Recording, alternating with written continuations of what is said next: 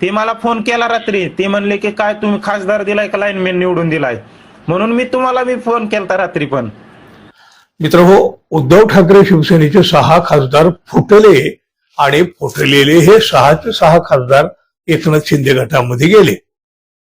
आता या बदल्यामध्ये त्यांना नक्की काय आणि किती मिळालं हे त्यांनाच माहीत. पण उद्धव ठाकरे यांना धोका देऊन, धक्का देऊन यांनी नक्की काय गमावलं हे मात्र त्यांच्या मतदारसंघातून अगदी स्पष्टपणे दिसून येत आहे.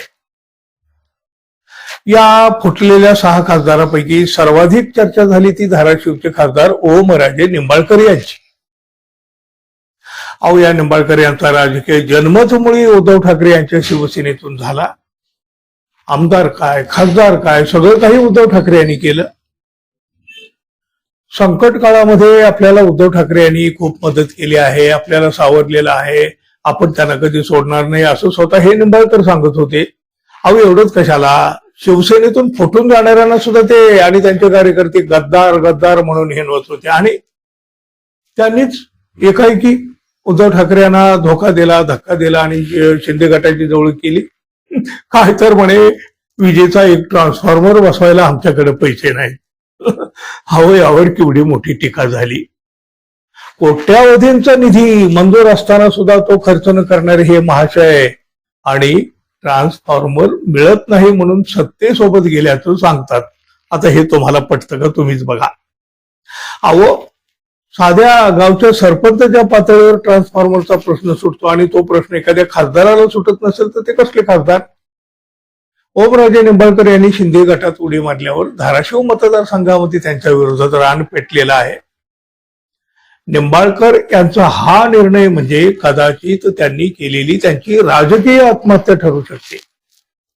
अहो, लोक काय काय बोलत आहेत, प्रसार माध्यमातून उभा महाराष्ट्र सगळं हे पाहतोय.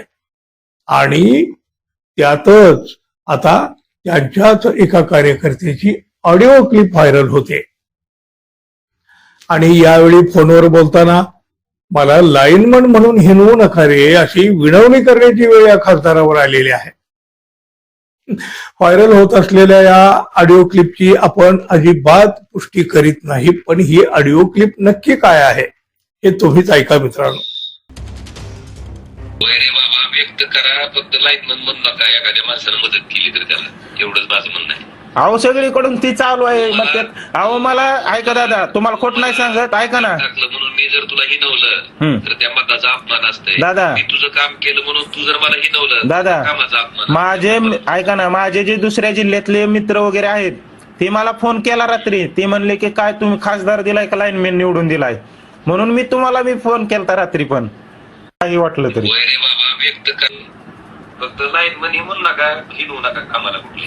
नाही, लाईनमॅन म्हणले तर राग नाही यायला पाहिजे दादा, कारण महत्वाचे मुद्दे तुम्ही बाजूला ठेवून तुम्ही गोपाळ्या डीपी. आता दादा, त्या माणसाला मदत केलेली असते. अहो दादा, तुम्ही जर ऐका ना, काल तुम्ही काय म्हणताय गोपाळ्या तो किती चक्रा आणल्या, 50-100. अहो, डीपी साठी जर 50-100 चक्र हाणायचे असतील तर मग कसं नियोजन होणार? आता बाकीचे मुद्दे तर महागच राहायचे एका डीपीला 50 चक्र हाणल्यावर. विरोधात असताना परिस्थिती होती, विचार की होती का नव्हती?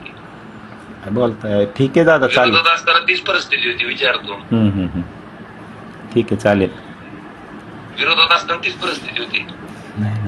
आता विरोधात पण बरेच वर्ष काम केले दादा. असं नाही की तुम्ही एकटेच विरोधात काम करत होते. विरोधात बरेच जणांनी बरेच वर्ष काम केलं, पण विरोधात राहून अशी पराभव जी झाला विधानसभेत आपल्या स्थानिक स्वराज्य संस्थेच्या निवडणुकीत, आता कधीच झाला नव्हता दादा. झालं नाही, आम्हाला बी वाईट वाटलं ना, आम्ही बी काम केलं तुमचं, आमची बी इच्छा होती आपली सत्ता यावी. आपला जे पराभव झाला का आता स्थानिक स्वराज्य संस्थेच्या निवडणुकीत, आपण इतक्या वर्ष विरोधात आहोत, कधीच झाला नाही असा पराभव. नाही की यालाच म्हणतात जिथं फुलं वेचली तिथंच गोवऱ्या वेचायची वेळ आली. चुकीचा एक निर्णय माणसाचं भवितव्य सुद्धा उद्ध्वस्त करून टाकतो. मित्रांनो, ही ऑडिओ क्लिप ऐकल्यानंतर तुम्हाला काय वाटलं हे मात्र जरूर सांगा.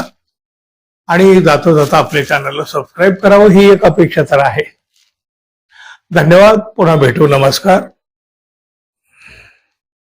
2 व्हिडिओ आहेत. पहिला बहुतेक चांगला झालेला नाही, दुसरा कसा झालाय तो बघावा आणि शोधसाठी घ्यावा.